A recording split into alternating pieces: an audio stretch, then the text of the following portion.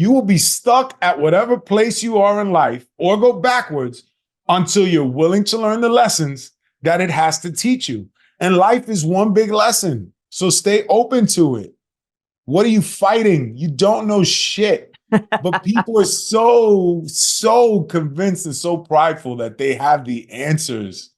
There's no fucking answers. You There's know what just I love? questions. Yes, yes. Hey, guys, it is Alison. I am the host of your show, Alison Answers Mission Awake. I cannot wait to sit down with you today and go over how we are going to crush the mediocrity in your life that has been plaguing our society since the beginning of time. I cannot wait to have a real deal conversation that includes intelligence, fun, excitement, and real actionable steps to make a real difference in the life that you're living now and making it into something you can be damn proud of and excited to live. Sit down, put on your damn seatbelt, and get ready for the ride of your life.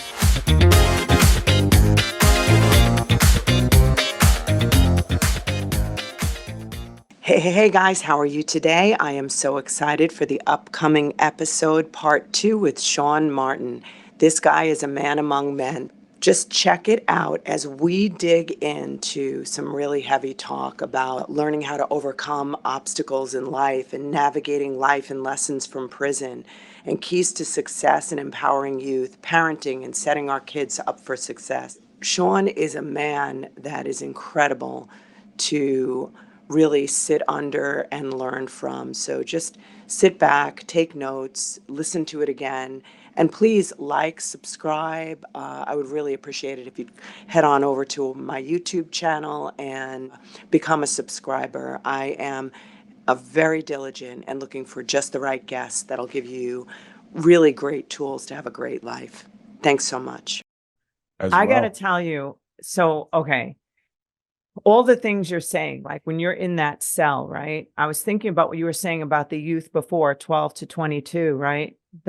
Where your heart is, right? And I was thinking about just, I have 4 kids, right? So I know like being with them and that they haven't had the experience of overcoming repeatedly. So what do they have to look at? They have to look at like their past so that they just like keep utilizing those lousy tools, that don't work over and over again. I'm like, listen, how long like when you're 12, or 16, how long has it been since you've been a kid? I asked that to my daughter. She's like, oh, wow, I guess like 4 years. I'm like, you don't have much experience being other than a small child, right? But you think you know it all at that age, right? Yeah. But humility comes from getting knocked on your ass. It does. If you're willing to learn the lesson. Yes. Chandler from Matthew Perry. Yeah. Report, again, clickbait, they got me. The New York Post always gets me every once in a while. Yeah. And I guess one of his peers from recovery, sobriety groups, when he was sober, came out and said that Matthew had a pretty hard time accepting criticism from others. Wow. And the minute he died, I knew it was an OD. But, some people, oh no, he was sober. And come on. I mean, I instantly knew it because I've struggled with that obstacle. That shit owns you until you change your identity. And it's ironic whether that report be true or not, but I'm pretty sure it is, that if you're not willing to see yourself from the other side, and you're not willing to take in new information like it seems that maybe he wasn't, then you're bound to fall on your face again. I heard the most beautiful comment, and it pertains to poverty in the comment, but it pertains to life on the greater whole, which is poverty will keep you in its grasp until you learn the lessons it has to teach. Yes. So life will do the same thing. You will be stuck at whatever place you are in life or go backwards until you're willing to learn the lessons that it has to teach you. And life is one big lesson. So stay open to it. What are you fighting? You don't know shit. But people are so convinced and so prideful that they have the answers. There's no fucking answers. There's just questions. I love? Yes. Okay. In the big book of Alcoholics Anonymous, when it says, as willing as the dying can be, right? You're just willing to do whatever it takes. It doesn't matter, right? And the other thing is like, rarely have we seen someone fail when they've committed to this design for a living, except for those who are constitutionally incapable of being honest with themselves. Man. Right? And like, it's like we have a choice of either like saying, okay, I feel like for me, like a bottom was, wow, no one's going to do this for me. This is on me. No one's coming to rescue me. No one's coming to All rescue me. you. But so I can either be a victim, which is very compelling. It's very compelling to be nurtured in that victim state, especially if you have an enabler. Yeah. So comforting. But Yeah. then to be able to like say, you know what, I'm willing to, I'm deciding not to be a victim. My favorite quote, I think I say it all the time. I have like two, but my favorite is by Alvin Toffler. I think you and I discussed this when we were walking in Manhattan somewhere. Faster than anyone from Kansas was, Matthew Bertho. Okay. We were like way ahead. They don't know about that New York like, speed. you just gotta go. It's like a highway on the sidewalk. Left lane passing, right lane, get the fuck over. Just go. Move. They're too busy looking at all the tall buildings. I'm just like, I know I'm going there. Oh, but that's like what we're talking about. I lay hold of my vision, obstacles must give way. But that's not the quote. That is a quote. But I love, he says, Alvin Toffler, that the illiterate of the 21st century will not be those who cannot read and write. It will be those who cannot learn, unlearn, and learn again. That's this psycho-cybernetics. You're talking about the temperature reset. Yeah. It's all of that. And that's what you did. You became another man in that cell. You had to be held captive to be that man. Right. Was that a challenge for you? I know that I want to respect your time. No, we can keep going. We're fine. I want to ask you about that prison cell. What about specifically? You're in that prison cell. So we're in there with you. Okay. Now you're in there the first day. Now you have to be changed.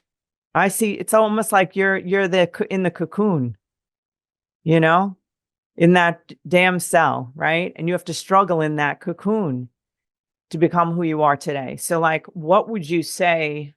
Because I don't know, if we could reach some kids in prison, that'd be lovely for me today. Just that would be it, you know, or a kid on his way or a kid who's going to get there, just to remember you, right? And like in that scare, you must have been scared when you got there. I'm thinking, maybe not. You're a big guy, maybe not.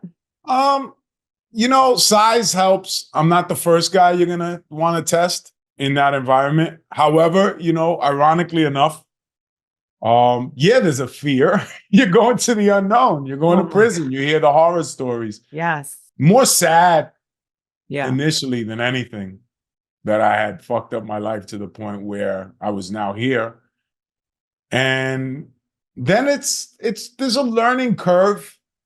It's not like the first day there's an aha moment and then you go to Rikers Island and then you get processed and then you go upstate and then you go there for intake and then you go to another place. But I still remember vividly, I mean, you go to Rikers Island and that's one experience, but then, you know, going upstate, you know, you get stripped naked. You're with another bunch of grown-ass men from all over the state, and you're in this giant shower, and they let a few people in at a time. And they give you a little cup, like think of the cup you take your NyQuil or your medicine in. And it's called Rid, which I basically think is like a lice, some kind of shampoo or something. And you're not human. Here, throw this on your head, lather up, shower up. I still remember that vividly. Wow. I still remember coming to the decision to make the time work for me. But it's a process. Even in there, it's a process. Sure. And at the end of the day, you're the author of your own story. Yes. So there's plenty of people who choose to live that lifestyle. Yeah. And they come out and they just don't know how to live in the street. They don't know how to provide. They don't know how to walk the straight path. there's not opportunity for them to make a living and put a roof over their head. So they go back to what they know. Yeah. Doing it right is fucking hard. Yes. I was college educated. Yeah. I was 29 when I went away. So I'm Yeah. already not like everybody else there. I have to say that. Yeah. That's interesting. Because that makes a difference. I mean, Yeah. if you've been doing that process since 16 or 17, it's Yeah. easy to see how it's comfortable. Yeah. It got to a point where I was comfortable. It wasn't Yeah. uncomfortable because it's 3 hots in a cot, right? You get 3 meals a day. You don't have any worries. Yeah. Then you come home, and for a lot of those people, that's when the worries start. Yeah. How the True. fuck am I gonna make it in the street? Yes. It's for me, I use the time to work on myself, and anybody who's listening who can relate, you have to take the time, no matter where you are in the world, Yep. That's true. to work on yourself. But hey, why not in prison when you got no worries? You got no bills to pay. You got no concerns. So you can work on yourself all day. And that's where guys go, and they just turn into animals because they're hitting the gym twice a day. And, that same focus they're putting on their bodies, they could be putting on their minds. And some do and some don't. Just like in the world, there's all different kinds of people using the time differently.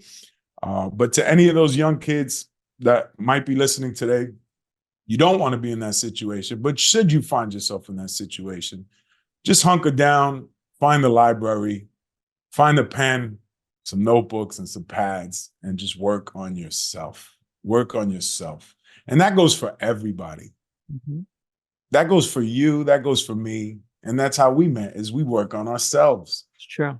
School will only teach you but so much. And it'll teach you how to be a great employee, or it'll teach you how to navigate a profession, but it will not teach you how to navigate life. It will not teach you how to navigate relationships. It will not teach you how to navigate a business and the inner workings of building one. Yes. So that takes a desire to continue to learn. Mm-hmm. And that comes on you. There's no class that you go to that's already scheduled. You have to go seek out the class. You have to go pay for the textbooks. You have to go get online. You have to go find that YouTube channel or that mastermind. So you're in control of your own destiny, no matter who you are or where you are in this world. No one's coming to rescue you. It's so easy when you come from poverty or you come from humble beginnings to blame the government or to blame your parents. Yeah. And you're right. Maybe those things aren't fair, but it doesn't matter. Because no one's coming to save you. No. So you can choose to use that as fuel and accept that you're the only one. So Alex Hormozi's quote was, poverty will keep you there as long until you learn the lessons it has to teach. Love it. And the 2 words that can start you on the way out of it are my fault. Yep. Yes, my parents didn't love me. Yes, they didn't provide, what I needed. Yes, they were dysfunctional. Yes, they were abusive. Maybe you didn't have parents. Maybe you were molested or raped as a child, God forbid. All those things are realities, but until you decide to look inward and say, how can I move past that? How can I show up in the world better? Because you can't say my fault to some of those things that happened to you. They weren't your fault. Right. But if you continue to stew in them, if you continue to let them control you today and tomorrow and for the rest of your life, that is your fault. Yes. And that is, I think, where we're stuck with this mental health dilemma. Oh my God. It is a choice. Yes. On some level, it is a choice. Yes, there are people with real mental problems. And then there are people that just choose to sit and stew and wallow. Maybe they don't have the tools, and that's good and well. But even given the tools, like you said, that place of discomfort and pain is comfortable. It becomes comfortable. It becomes soothing to stay there. Yes. And you've got to fight your way out. And fighting isn't conflict. Fighting is showing up. Fighting is doing the work. Fighting is learning how to be better. And that goes for every facet of life. So, we have a real dilemma in this world today. I think we see it through the eyes of America has this problem, but I think it's a worldwide problem. We're in civilized society with technology that's making us, curious for the wrong things. Yeah. But we also have that tool at our disposal to learn anything that we want. So how are we using that? I'll tell you that the thing, it's a human issue. And, I'd be so interested what you think about this, because this is what, we believe things. It doesn't mean that I'm right just because I believe this. So I'm happy to hear what you have to say.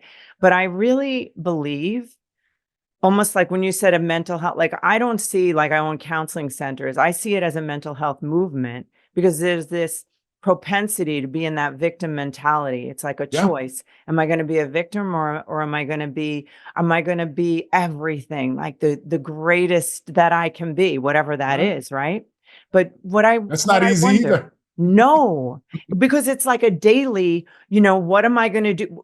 I'm going to get up. Sometimes I'm like, oh, I got to get up and like fight that voice, that little thing inside that tells you can't, all the time. Because all psychic pain, I believe, comes from the mind. It's like our brain scans for trouble in every room in order to keep us safe. And most of our thoughts are negative. They're geared Yeah. toward negative thoughts to keep us safe. I'm learning. Yeah. Isn't that crazy? The mind compares, measures, and judges, but the soul observes. Right? But you know what? This is what I was going to ask you, and I know we definitely have to go, but this is my what I'm curious about.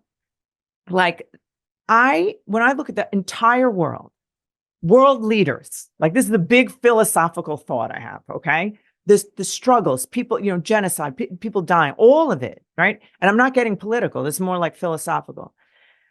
I wonder if people understood that from that small time period, 0 to 7, where we're literally hypnotized, because we are, and we're programmed like a computer to believe things. So, and we come, and then we bring that into our adult life, all of our relationships, our businesses, doesn't matter what we choose. Everything's based on those programmed beliefs, right? And we hear this all over. We've heard it from Bob Proctor, everyone, paradigm shift, all of it. But I do believe that if people were awake and aware in the now, without judging themselves, to look at those beliefs and to shift them, even world leaders, because everybody, it may just be that we have to kill people to gain freedom. That's like a distorted perspective, right? But it's a belief. I believe so, yeah. Right? So it's like, what would happen if we were awakened to that notion that everything is ours and we have to just tinker around to get it better? But then we're programmed not to believe that. So then it's that. But I just wonder, I'm thinking of world peace. But what do you think? I mean, I really believe it. That's like a tree hugger, you. I am. I'm a fact. I'm a city boy, but I love being out here, and I go out and I show it on social. I'll do my sauna, and I'll walk out to the grass and take my slippers off and just plant my feet on the earth and the grass, and be connected to nature, because that is our original origin. Yes. Is that your morning routine? It is now, yeah. It is. Not every day, but most days. And then I'll jump in the cold plunge. And it is, how do I say this without sounding cynical? That's a luxury that most people don't have. Yeah. And world peace. To change the thoughts. Can we change it? What would it take to change it? So my cynical approach to that is we need to be attacked by aliens in order for all humankind to come together. Oh, interesting. That's a great point. We need an external enemy. Yeah. We need some enemy I get it, together. Doesn't look like us. Oh, that's true. Yeah, I get that. In order for all of us to come together. That makes some sense. Not some sense. I'm not wishing it. No. Don't even say that out there. God, but unless the Martians come to get us. But every one of us, right? But isn't that like, even when I was mentoring As Willing as the Dying Can Be, it talks about in the big book of Alcoholics Anonymous, it talks about how from the captain's table to the person, who's doing whatever, the person under the boat doing the work, that we all have a common peril. And then we all are facing in the same direction. So that's Right. like what you're saying. Yeah. Right. But even on ships back in the day, there were mutinies. So Right. again, it's human nature. But within alcoholism, if everybody in the ship had that disease and they needed one another, is the point. Then, right? Listen, I went to, You're cynical, and I've shared right? this. I went to Alcoholics Anonymous before. Mm-hmm. That big book has cured and helped more people than I can ever hope to. It wasn't for me. Yeah. Mm-hmm. Just like religion and the Bible. Yeah. It's not for me. And it's guided by man's hand. And it's not for me because even within those walls of positivity and growth and, being a better version of you and understanding God as you understand them and the 12 steps. And I still saw behaviors within the group. Oh, forget it. That were truly human behaviors that I just felt like it's cliquey. And again, it's a box. There's a reason that, religion divides people. There's a reason that politics divides people. Yeah. And even within AA, I learned there's groups like the group I was blessed enough to land in, which is called big book thumpers. They were hardcores. They were like, these other groups, they're just wasting their time, and they thought they were above the other groups because they focused on the core values of the program. Isn't that crazy? It is. It is crazy. And I got my 6-month coin, and I'm walking back to my seat at the back of the room, and they're like, Sean. Turn around. They're like, Sean. And I'm like, oh, my name's Sean and I'm an alcoholic. Oh, no. I forgot to say that when I got the coin and got the hug and got love from people on the way back, but it didn't click for me, to say that anymore. Yes. Because I'm not an alcoholic. And if I identify as one for the rest of my life, that's the overarching theme. That's my identity is I'm not a drinker, not I'm an alcoholic. But I'm blessed enough to have this wide-ranging education of life that I'm comfortable with that. And I don't knock it. I don't knock it. If it works for you, that's great. But they're more inclined to knock me for not subscribing to what it is they subscribe than me knocking them for not subscribing to what they subscribe to. So again, different strokes for different folks. I have given up on doing anything other than what I'm capable of doing in terms of making impact. I am not overly optimistic in terms of the greater picture, but I am overly optimistic in one-on-one interactions, human interactions, people like you being attracted to people like me when we get in those rooms together. That's where I think the differences comes from. And I was saying this the other day, and, to young people, the world is not fair. There's bombs being dropped on, people that don't have the ability to defend themselves on both sides. And you know what? That's not fair. But let me let you in on a little secret. You want to change the world? Change yourself first. And then the world will change. Because once you change this and this, the world changes. But to do that on a scale of everybody, anything's possible. No, what I actually mean is each individual doing that inner change is incredible. But that's just pie in the sky thing. But you know what? What you just said about the 12 steps, I know the 12 steps in and out, drug and alcohol counselor, and I would have been in the rooms all different for different reasons, not for drugs and alcohol, but for eating disorder and all of that. And one of the things that I have to say that I rebelled against because I don't believe it. Everything after I am defines us. Yeah. So I would not say that. I would say I might say I had suffered from an eating disorder, or I would say I am a recovering. No, I didn't say I'm recovering. I would say I am recovered. Right. I am recovered. Definitive. New identity. I am, I want to say to people who have eating disorders or any addiction, I know what it feels like that you feel like you will never get out. I mean, I never thought I would ever get out of that. I thought I was doomed forever. Never And in to my hear life, one knowing person, you, seeing you, would I ever think that. But that's the right. beauty of getting to know someone on a personal Yes. level. I was hospitalized for 28 days, but what I would say is that I tell anyone anywhere that you can always overcome an eating disorder. I am proof. I do not suffer from an eating disorder, body image problems, none of it. And I'm just saying it out loud because I want everyone to hear it. Like, you don't have to be there. So, yeah, You and have I to make don't the like that. choice, and it all starts with belief. Every single outcome, good or bad, Yes. starts with the belief that you have about the effort that you're putting in. Yes. So if you believe that you can change, then you can. And if you believe that it's too hard, it is. And that, again, God bless this, my mama, the little engine that could. If you think you can, you can. If you think you can't, you can't. It's so simple. So simple. So simple, but so true. And I was on a podcast the other day, and my buddy's like, I've spoken to so many entrepreneurs and 8 and 9 figure people, and it's always, you got to believe in yourself. It's not as hard as people make it out to be. No. The glass is half full or it's half empty. The choice is yours. Exactly. It's like a cliche. It's so just simple. repeating the same cliche over and over again. Yes. It's not fucking rocket science. Just show up every day. My coach, Dan Martell, he said, you got 3 non-negotiable posts on Instagram showing the process. And I was always reluctant to I'm on social, but not like the day-to-day stuff. Like, I'm putting out a message, a gem, a nugget, whatever. But more recently, he's like, you got to post 3 times a day, show the process.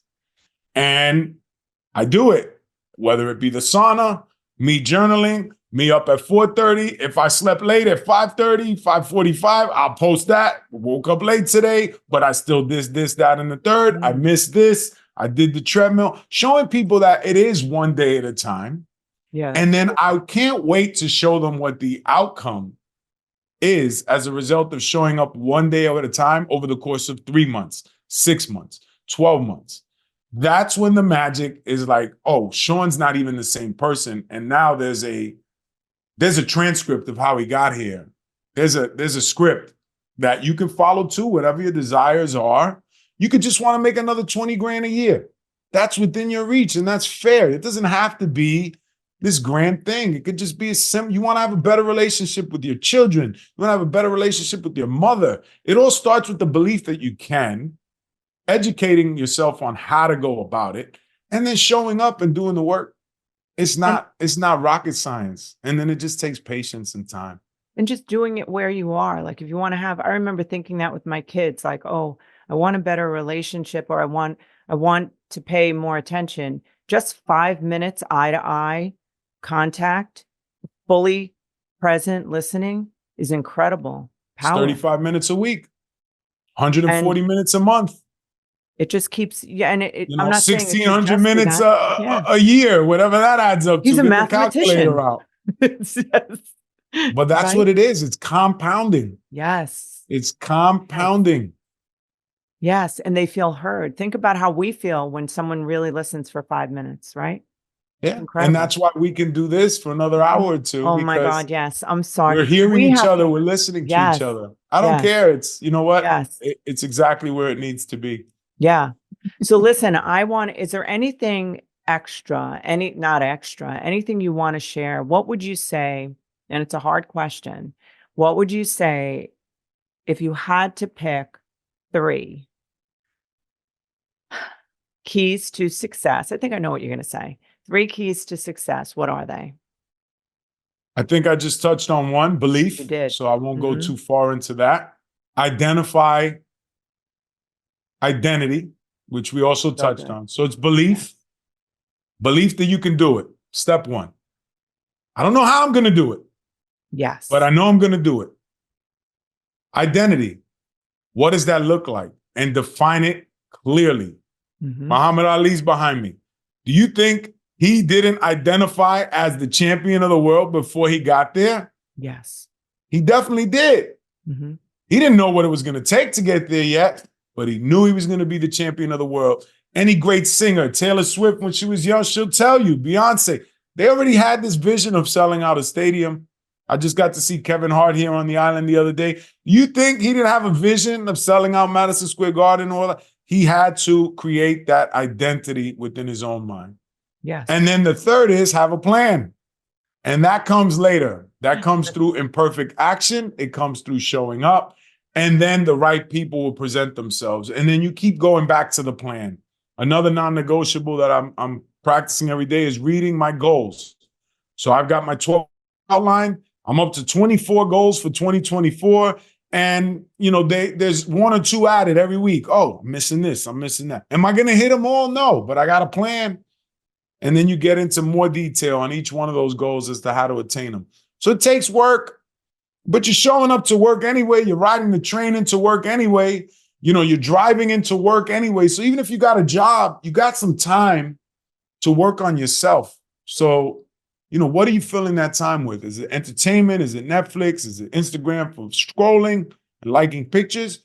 Or are you taking that time to work on yourself? And it's a decision, and you got to make that decision. So keys to success are within everybody's reach.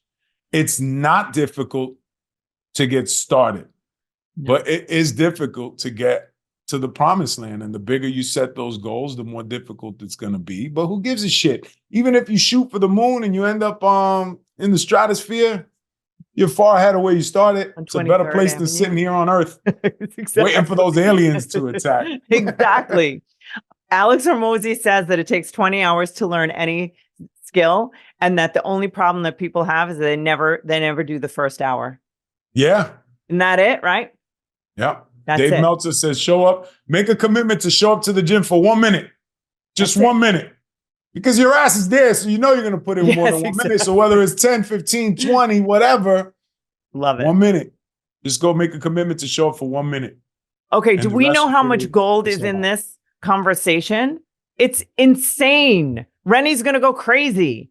Okay, so he's going to go crazy. Okay, so I want to thank you from the bottom of my heart. You are a force to be reckoned with. You are, and I'm not just blowing wind up your skirt, as I said to Emily Frisilla.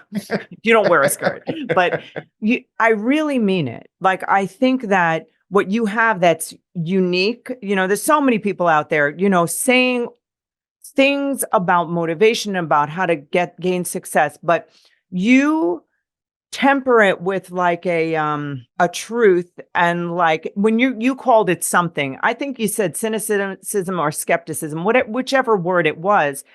I think it's more of like a balanced, like your feet are on the ground, right. Like you and you have like I actually could see it because I kind of a little spiritual check here, and I actually saw like you're like a father.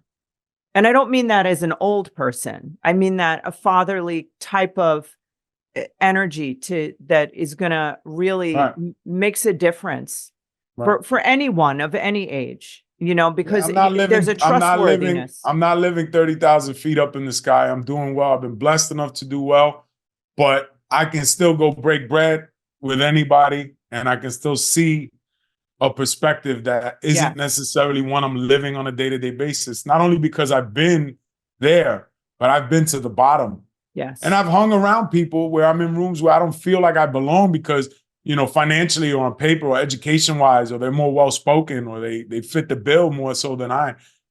I now learned that I belong in that room just as much as they do. So again, I think a lot of what we see is the highlights. And if you saw me on social, you would see the highlights. But when you sit down and, get to know me, or I get to know you, we get to know the real person and what brought us here today. And I long to connect with people in a substantive way where I'm getting to know the person. Yeah. We didn't talk once about business. I know I have to do this. None of my podcasts, we talk about business. I don't care. It's the least important thing.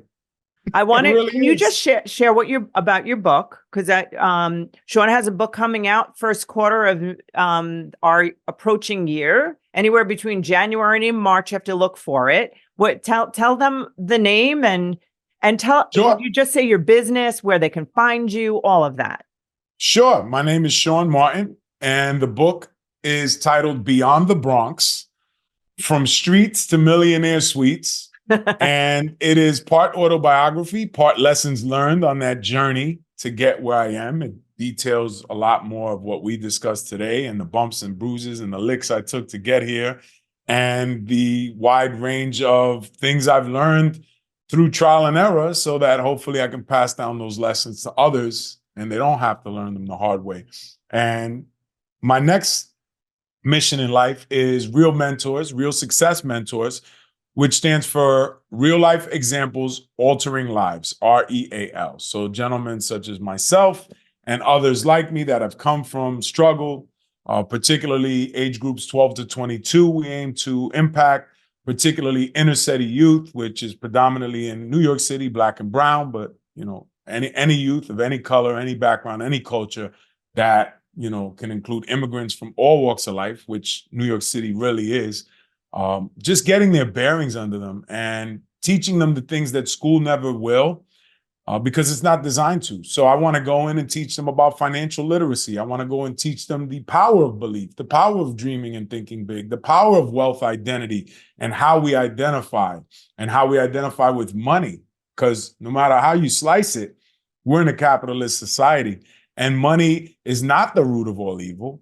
Money can be, but that's a reflection of the person. More importantly, money is a tool for change used in the right way. So I aim to use some of these skills, these social skills that I have, to attract people who are more well off and want to make a difference and have the means to do it so that we can empower youth to go out there and change their lives and therefore change the trajectory of their families' lives and their generations to come after them, which is the true American story. We all came here for a better life. And no matter how far you're removed from that original person getting on a plane or crossing a border or swimming over or getting on a boat, we're a nation of people who came over here to make a better life for themselves. Mm-hmm. It's just that gets lost in our own bullshit. And we spit on the next group of people thinking that we're better than them. And that's also as American as apple pie, unfortunately. So I aim to go into communities that have either been here for a while and haven't figured out how to transcend where they're at to where they want to be, or people that are just getting over here and want to live that American dream, which I always say is alive and well if you've never had a taste of it. Yeah. Now, if you've had a taste of it or your family has at some point in the past, then yes, it probably appears that that's on the downswing. But if you've never had a taste of it, ask anybody who's poor. The American dream is alive and well. It is. And I think that goes for everybody. But again, mindset and perception. So the book, the program, Real Mentors, you can find me on Instagram or TikTok or Facebook, the Sean Martin or Sean Martin, SeanMartinSpeaker.com. And as far as business, what has gotten me here today, I own a durable medical equipment company. We do orthopedic bracing and supplies, in-home rehab supplies, and it has been very fruitful. We've helped a lot of people in the New York metropolitan area since 2016. And, that business it's done well for us, but, my true purpose lies in what's to come. And then I also do commercial real estate investing, which I've been fortunate enough to partner with some people who are very seasoned in that field and been able to take some of the spoils of a successful business and parlay that into investments in that space. And that's also something I aim to bring to our communities, which is real investing, investing in assets, investing in things that appreciate over time versus luxuries that we are so caught up in when we're poor. Yes. So, again, the reason that I think that I am called to do this is because I've experienced so many different things and been able to crawl out the other side, still holding on to what I feel is important. And in the end, what I think really is important, which is having a sense of self and having a sense of community and love and building other people up, as opposed to insulating yourself and making yourself feel more important, which, we all fall into that trap as well. But That only comes through working on ourselves and time and living life. You got to live life to understand it. You do. And you know what, Sean, this was an amazing, amazing conversation. I'm a better woman for having had it. And you really are a man among men. So I just want to encourage everyone to like, subscribe, read, follow Sean, because you will be perked up, you'll be changed for that day, and then the consistency of just following him. And I love that how he's taking you through his journey, which is a really powerful one. And I just want to encourage people to take advantage of that. Thank It's you. free, for God's sakes. Yeah, right. Right. And you'll see the journey, generously. it's imperfect action. I jumped I love on that. not knowing how it was gonna develop, and you'll see it develop with me because I'm always learning. And feel free to jump on board and learn with me, and take what you can and leave the rest. Yeah, But that's cool. there's no artificial sweetness here. We're all learning and we're all making mistakes in real time, and that's part of the journey. But I'm not afraid to show it. That's the thing that's a signature of you, is the non-judgment of all different things. Even though you have like a thought about it, it's interesting. There's that, because when I think about like the school systems and stuff, I'm like, they don't teach this. I want to go teach it. But then we have to change the school systems. Instead of saying that, you're like, I'm going to go do that. Well, I want to do that. But I feel like it's the same idea, but I'm thinking of it that I want to change the already system. And you're like embracing and saying, okay, this is good, right? But I'm going to add. Yes, I got it. Education is still a tool for people just to provide. So yes. Not everybody can be an entrepreneur. I say all the time, we've got to embrace school. We've got to embrace employees. But in the meantime, let's put in some curriculum. Let's give them some tools to learn for those, to expedite the process. I'm standing corrected here, Sean. No, you're not standing corrected because there's no right or wrong. You're just seeing a different viewpoint and you're embracing it. And thank you for that. And I'm a better man for being on your show as well. There's nuggets that you dropped on me, whether you know it or not, the 0 to 7, the programming of my children, and hence why I'm so committed to being in their lives on a day-to-day basis so that they can feel both energies of their mom and their dad, and dad changes diapers and dad loads the dishwasher. And yes, dad provides and goes out and makes money too, but he's here. And he's not just here on the weekends. He's here as much as he can be, and he's at the parent teacher, and he's at the school dance, and he's at whatever he needs to be at. To let you know that you always have a safe place. So that came from, my desire to do so, but you reaffirmed that and you really put an understanding of just how valuable those 0 to 7 years are for me. So thank you. Yeah, and you're hypnotizing them. Isn't that incredible? In a good way, I hope. In a good way, yeah. Yeah. Well, it is a wrap. Thank you, everybody. Guys, thank you so much for listening to the show. I just want to say to you that we are all together a part of the Mission Awake, a mission that's going to stop the mediocrity that's plaguing all of us. So if you got something here today, I ask that you would be a part of this mission and you'd share it with whoever you can. Take a screenshot of the show and share it on your Instagram. If you are looking for me, you can find me on social media platform Instagram, Alison Answers, or Lager Counseling Services. And give us a review and subscribe if you could to YouTube, Alison Answers. That's where you're going to get a lot of content. I drop stuff every day, goofy stuff, all different kinds of stuff. 5-minute videos that just get you moving in your day. Have a great week. See you next time.